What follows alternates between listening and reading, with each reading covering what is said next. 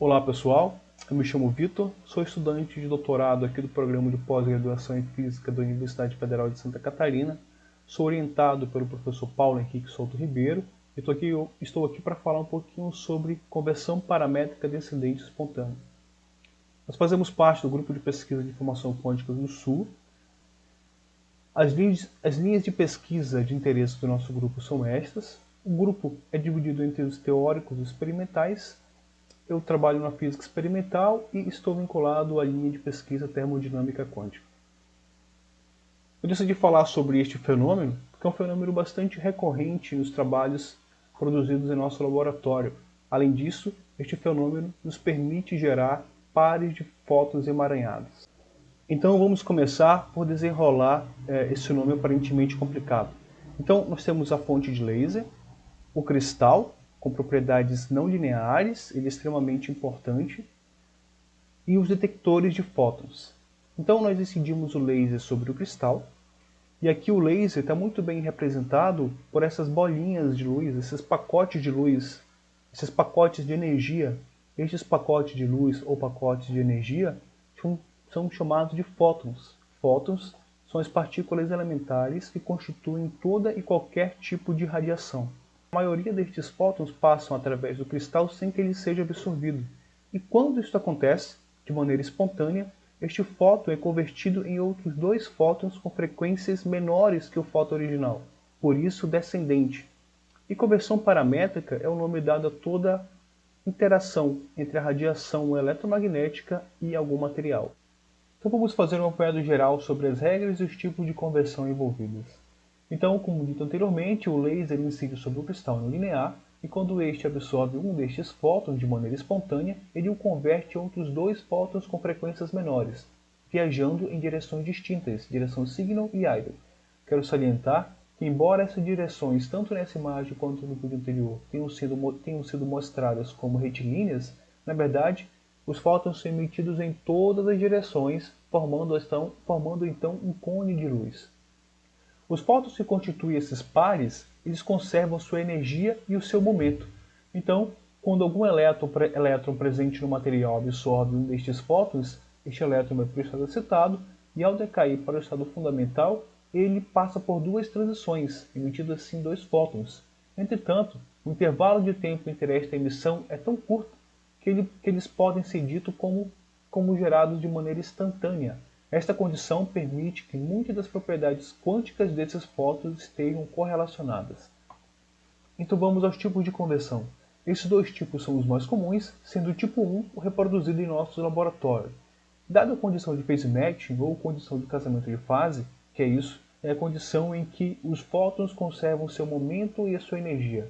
Então, dada esta condição, a trajetória destes cones de luz é tal que, no tipo 1, se pudéssemos observar a emissão de frente, veríamos dois cones de luz desta maneira. As setas em vermelho representam a polarização dos fótons, e notem que elas apontam para a mesma direção e sentido. Portanto, os fótons produzidos possuem a mesma polarização. No tipo 2, dada a condição de casamento de fase, as trajetórias dos cones são diferentes, de tal forma que, se pudéssemos enxergar de frente, veríamos os dois cones desta maneira, onde esses dois pontos em que esses cones se intersectam são importantes, logo veremos o porquê, e notem que a polarização desses fótons são ortogonais.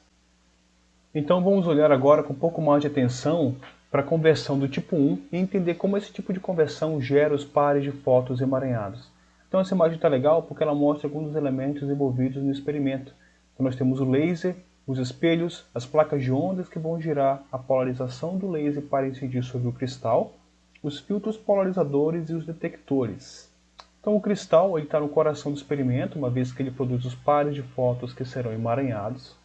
Se nós alinharmos a polarização do laser com o eixo óptico do cristal, os fótons produzidos terão polarização ortogonal ao do laser.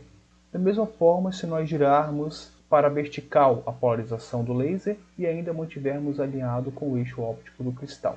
E agora um passo importante, porque é nesse momento em que nós vamos produzir os pares de fótons emaranhados. O que acontece? Nós colocamos os dois cristais com os seus eixos ópticos ortogonais entre si, e incidimos sobre eles o laser com a polarização diagonal. Dada esta condição, eu não tenho como dizer em qual dos cristais o fóton está sendo absorvido.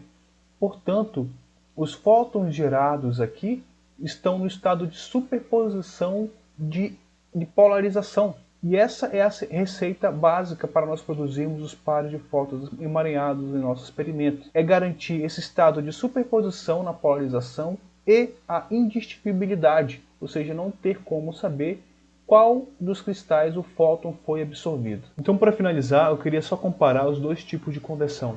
O tipo 1 é apresentado aqui na figura B. Note que, embora os cones estejam identificados como pertencente ao cristal 1 e ao cristal 2, antes de nós medirmos, nós não sabemos a qual cristal pertence cada cone. Então, os detectores têm que ser colocados de tal forma que eles coletem os fótons dos dois cones de luz. Desta forma, nós garantimos tanto a superposição no estado de polarização quanto a indistinguibilidade. Sem isto, não há emaranhamento. O tipo 2, aqui na figura A, nós precisamos somente de um cristal, porque esses pontos em que os cones de luz se intersectam já nos fornecem tanto o estado de superposição na polarização quanto a indistinguibilidade dos fótons. Então era isso que eu tinha para falar. Muito obrigado pela atenção. Eu termino aqui com uma imagem da ilha de Florianópolis e a conversão paramétrica acontecendo aqui. E eu pergunto, que tipo de conversão é esta?